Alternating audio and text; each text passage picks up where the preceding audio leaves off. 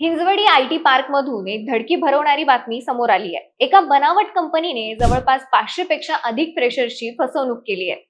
सुरुवातीला 2 महिने ट्रेनिंग आणि त्यानंतर मानधनाच्या नावावर ही फसवणूक करण्यात आल्याचं समोर आलंय। ही फसवणूक कोट्यावधींच्या घरात असली तरी अजूनही पीडित उमेदवारांनी पोलिसात तक्रार दाखल केलेली नाहीये, तर ते FIT संघटनेकडे गेलेत अशी माहिती माध्यमांकडून देण्यात आली आहे। संघटनेच्या माध्यमातून आता काही नवीन नियम लागू करण्यात आले। त्याच पार्श्वभूमीवर आपण या प्रकरणाची सविस्तर माहिती घेणार आहोत आणि पाहणार आहोत की कंपनीकडून या फ्रेशर्सची फसवणूक कशी झाली, किती रुपयांचा हा घोटाळा आहे आणि FIT कडून कोणते नवीन नियम लागू करण्यात आले। चला तर मग सुरू करूयात। नमस्कार, मी अंजली आणि तुम्ही पाहताय महाराष्ट्र भूमी।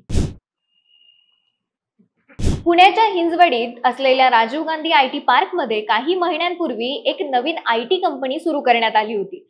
या कंपनीमध्ये सुमारे 500 नवोदित उमेदवार अर्थातच फ्रेशर्सना खोट्या आश्वासनांच्या आधारावर कोट्यावधी रुपयांचा गंडा घालण्यात आलाय। माध्यमांनी दिलेल्या माहितीनुसार या बनावट आयटी सल्लागार कंपनीने पेड ट्रेनिंग आणि परमनंट नोकरी देण्याचं आमिष दाखवलं आणि फ्रेशर्स कडून प्रत्येकी 1 ते 3 लाख रुपयांपर्यंतची रक्कम उकळली आहे। बनावट आयटी सल्लागार कंपनीने उमेदवारांची फसवणूक करण्यासाठी काही मार्गांचा वापर केलाय। त्यानुसार जर पाहिलं तर सुरुवातीला या फ्रेशर्सना 2 महिन्यांचं प्रशिक्षण देण्यात आलं आणि त्यानंतर 2 महिन्यांचा 15,000 रुपये पगारही देण्यात आला। पण त्यानंतर कंपनीकडून आपले रंग दाखवण्याची सुरुवात झाली। फ्रेशर्सला भरती करताना या कंपनीकडून 2 वर्षांच्या प्रोजेक्टसाठी 4 लाख रुपये वार्षिक वेतन देण्याचं ठरलं होतं। पण अवघ्या 2च महिन्यात कंपनी बंद करण्यात आली। मिळालेल्या माहितीनुसार यातल्या बऱ्याच फ्रेशर्सनी कारकिर्दीची सुरुवात म्हणून मोठ्या आशेने उधारी, उसनवारी आणि कर्जाच्या मार्फत पैसे घेत प्रशिक्षणासाठी खर्च केला होता।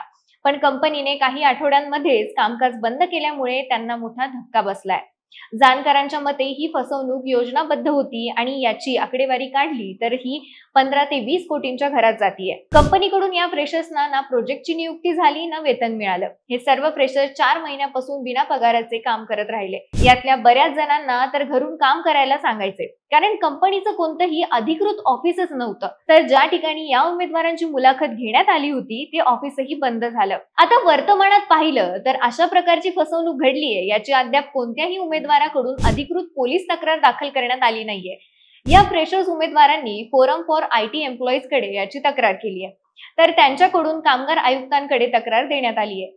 सध्या आयुक्तांकडून कोणतीही अधिकृत माहिती समोर आली नाहीये, पण या प्रकरणाची चौकशी सुरू असल्याची माहिती सूत्रांनी दिली आहे। शिवाय फोरम फॉर IT एम्प्लॉईजने पेड ट्रेनिंगच्या जाळ्यापासून सावध राहण्याचा इशारा फ्रेशर्सना दिलाय। शिवाय या पार्श्वभूमीवर फोरमकडून नव्या उमेदवारांसाठी काही महत्त्वाच्या सूचना सुद्धा जारी करण्यात आल्यात, ज्यामध्ये पहिली सूचना अशी आहे की हमी नोकरीच्या नावाखाली घेतल्या जाणाऱ्या पेड ट्रेनिंग पासून सावध राहा। तर दुसरी सूचना अशी आहे की कोणतीही मोठी रक्कम भरण्यापूर्वी कंपनीचा ट्रॅक रेकॉर्ड, आर्थिक स्थिती आणि रिव्ह्यू तपासण्याचा सल्ला फोरमने दिलाय।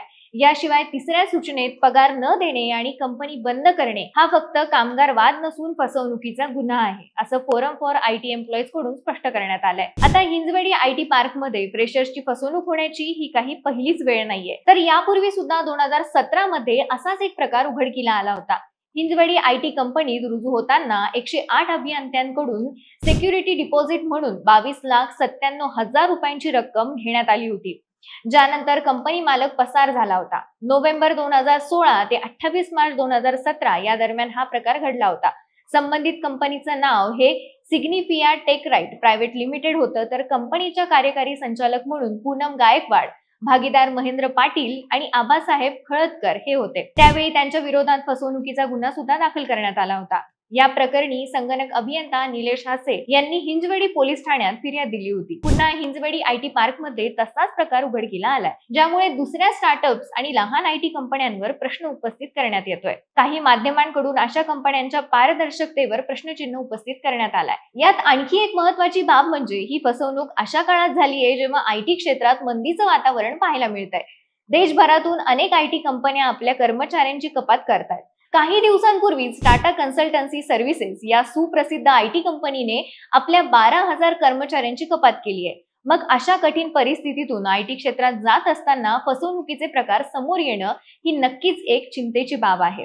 तर आता यावर तुम्हाला काय वाटतंय? तुमच्या प्रतिक्रिया काय आहेत हे आम्हाला नक्कीच कळवा। धन्यवाद।